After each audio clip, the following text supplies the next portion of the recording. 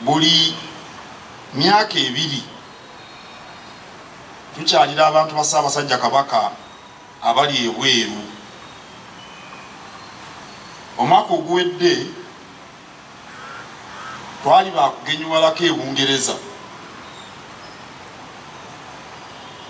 Omwaka guno twali bakugenda mu America, ekibuga kiyitibwa Chicago.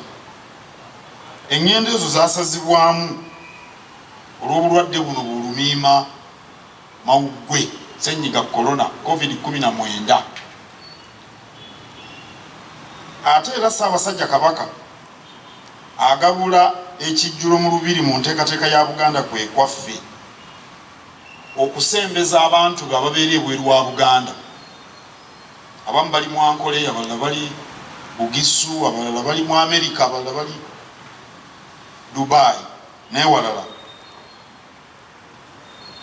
Naye omwaka oguwedde ekijjulo ekyo era tekyaliwo olw'obulwadde buno. Omwami ndoozi avudde Kapeka agambye nti abantu tebannabutegeera, lumiima mawuggwe. Omwaka guno ennaku z'omwezi 29 omwezi ogwokutaano, Abaganda abali mu America abegattira mu kibiina Buganda Bumu bagenda kubeera n'olukuŋŋaana mu nkola eya tekinologiya. Bangambye nti abantu b'essingo, Oweekitiibwa Kawuki omanyi buli kirungi agamba kiva Ssingo, nti abantu b'essingo bonna ebya tekinologiya babimanyi, n'okuteeseza ku kompyuta ng'ali mu America omulaba.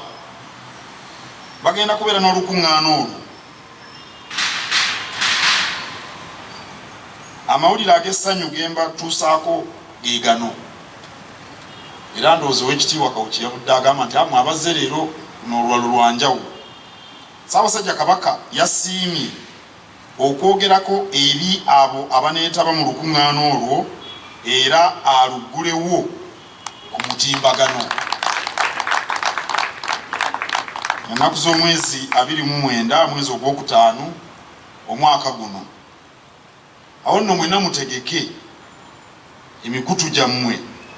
Ssaabasajja mu mwote buliro, saawa zijja kubeera ndooza 12 ezakuno, naye tujja kuzibabuulira, naye ndooza zijja kuba 12 kubanga eri ekikago saawa 12 eri ziba saawa ndooza nga 3, simanyi bulungi ez'okumakya, kyova mulanga eno zijja kuba 12. Awo nno ab'Entwetwe, ab'Ekapeke ne Lwamata, ab'Ekyankwanzi, mwenna munaatega omukutu ne musobola okufuna obubaka bw'amagulu nnyondo. Ate nga 3 enkeera mwezi ogwokutaano olukuŋŋaana olwo nja kuluggalawo era mu nkola eyo eya tekinologiya aliwo bagiyita Zoom. Essaawa era ndowooza zijja kubeera ze zimu 12, naye tujja kubabuulira omubala gw'olukuŋŋaana lw'omulundi guno guvuga nti okusoomoozebwa mu nkozesa y'ebyuma bikalimagezi.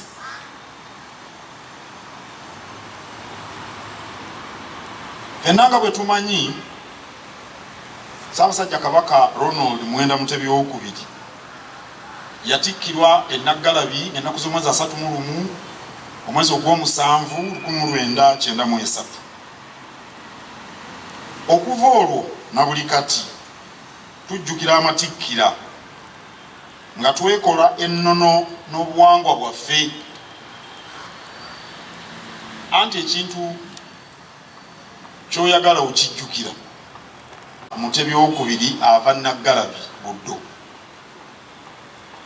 Enkola nga bw'eri buli mwaka wassibwawo olukiiko oluteekateeka ebikujjuko. Kyokka omwaka oguwedde ate na guno emikolo gyonna gifunziddwa olw'okwetangira obulwadde obwa lumiima mawuggwe COVID-19.